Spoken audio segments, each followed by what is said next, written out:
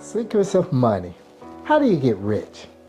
Hey, what's up? It's Gerald Cannon with The Journey, and this channel is all about documenting my journey into passive income opportunities. Money is earned through crisis. Wall Street legend Warren Buffett said that the secret to getting rich on Wall Street is to try to be greedy when others are fearful, and try to be fearful when others are greedy. This advice not only applies to investing, but it is during crises that keen people spot opportunities and earn big. Why? Because some needs intensify. Increased demand as products become less expensive. How exactly do people make money when everything has stopped? Real estate is performing poorly and stocks are in a free fall. The wealthy make asset purchase, restructure loans, and increase their liquidity during this time. For instance, if someone negotiates to purchase a home worth $2 million for $1.5 million, a reasonable economic scenario, the seller might just agree. Why? Because nobody wants to purchase a home amid a crisis. Because there is little demand, the buyer has more negotiating power. Once the economy returns to normal, if the same buyer kept the house for roughly 2 years, they will undoubtedly profit from capital gains. Once the economy recovers, the same is true for stock market. During times of crisis, stock prices may fall, but this will pass. The rich who are aware of this financial principles will actively be buying as most people panic and they begin to sell as the prices decline in an effort to prevent losing anything. The best opportunities to improve your net worth are credited by economy downturns, since they don't continue forever. Therefore, when the next one comes, save some money and make some good investment. Money is a game of exchange. Some people earn money while others make money. Doesn't sound like there's much of a difference, but there is. You earn money when you trade your time and energy for money. In other words, you work for an hour, you get paid for an hour. Making money is when you invest your own time, effort, and ingenuity once and you receive payments repeatedly. You are said to be making money. Suppose you create a new product and are paid each time a sale is made. However, money must flow from one source into yours in order for you to make a living. The money must leave the buyer's wallet and enter the company's account for a business to make a transaction. Thus, in order for the transaction to occur, there must be some sort of an advantage. You must therefore create something of worth in order for the exchange to take place if you want to draw money into your account. Money attracts money. One of the most important financial laws of the world may be this. Ever ponder why only wealthy people hang around with other wealthy people? It's not because they don't want to be around poor people. Rather, their financial situation only draws those who fall into the same financial class. The majority of people frequently claim that the rich are proud and separate themselves from the poor. But in reality, the two social classes have virtually little in common. In light of this, making friends with wealthy people is a requirement if you want to be wealthy. You will gradually pick up their methods, develop their habits, and turn into one of them. These people are surrounded by chances. They know how to create money, and they live a lifestyle that boosts their wealth and are always surrounded by opportunity. Money is easy to get and harder to maintain. Many people have easy access to money, but they struggle to keep it. Let me explain the big check syndrome to make it clear. Let's say a real estate salesperson makes $200,000 in a month after selling a $6 million home. For the next few months, they begin to live as though they make that much money every month, even though they really only make about $17,000. This advance payment tricks the agent into focusing on the entire sum and overspending. Most people overreact when a few zeros arrive in their bank account unexpectedly. Instead of spending the money properly to change their lifestyle and double it, they spend it without recognizing the increase is just temporary. Cash remains where it is nurtured and taken care of, making it easier to earn, but harder to maintain. Money loves secrecy. When money is involved in secrecy, it works best. Always keep a hidden account. Always keep a private account that only you're aware of, according to the guidelines. Never share all your financial information always maintain some degree of privacy. Why is this such a big deal? Human nature dictates that when others are aware of your financial situation, they frequently try to take advantage, although they will constantly want money from you. I'm not saying that you shouldn't help out your close friends or family members that are in need. Additionally, it could put a strain on your relationship if you refuse to assist them when they are aware that you can. However, maintaining a hidden account can come in handy for whenever there's an emergency in your life. Money hates stagnation. Although it may sound absurd, what I'm saying is true.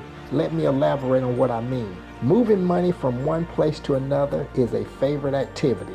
Like humans, when money gets bored, it stops working and may leave, which results in losses. But let's spend a little more time on this. For instance, if you continually pour money into a firm without seeing any returns, eventually it gets stale and you'll end up only making losses. The same holds true for income diversification. Money enjoys being invested in many ventures.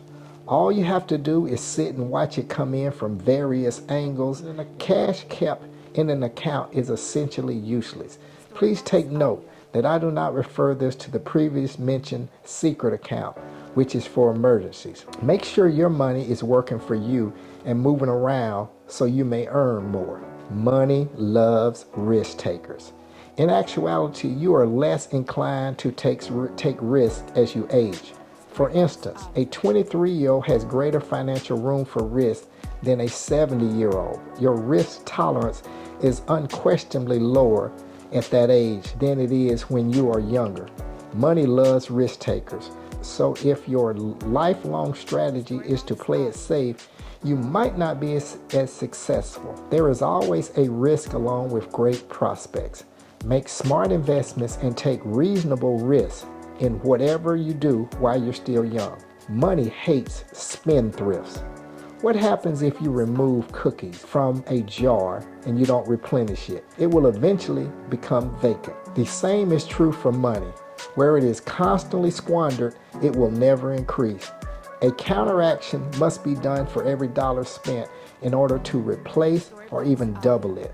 Most wealthy individuals who can afford to live extravagant lifestyle have the necessary systems in place to replace the resources they use up. If you don't have a reliable way to recoup the money you spend, you can't afford to fly first class, drive the priciest automobiles, or live in the nicest home unless you have a solid channel of bringing back the money you spent. Authenticity is what money loves. When it comes to finances, play your own rules. Innovative and original ideas will always find a market, in spite of the fact that there is severe lack of creativity in business. It sells, and organizations tend to default to what they sell rather than what they stand for. Being an entrepreneur frequently entails challenging the top current quo and tenacity, advancing a concept you believe in. While you should strive to learn from successful individuals and pick up the nuggets of advice from them, you shouldn't aim to live exactly like they do, because no two people's circumstances are the same.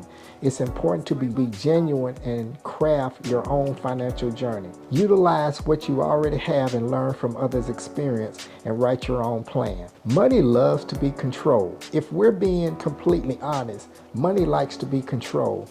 Never allow your funds to get out of control, otherwise trouble will rise. Keep track of how much money you have in each bank account and how much is frequently spent on costs. Money will rule you if you don't keep it under control. Your finances will decide what you can and cannot buy for if you don't set a monthly spending limit. If you don't have control over your finances, they will have the power over you, which may lead to debt. That would be horrible news, wouldn't it? Money can never be the problem and the solution. If lack of money is the issue, finding more is not the answer. This is where people go wrong. They believe that since they are short on cash, taking out a debt will help them. So what occurs?